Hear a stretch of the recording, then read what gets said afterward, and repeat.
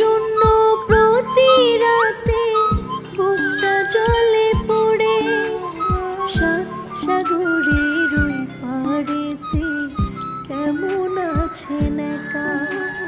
ফোনে ফোনে হয় যে কথা, হয় না কভু দেখা। মনে আমার আপনার জন্য শুধুই দীর্ঘশ্বাস। আমায় আপনি একা রাইখা কেন গেলেন প্রবাস। আমায় আপনি একা রাইখা কেন গেলেন প্রবাস।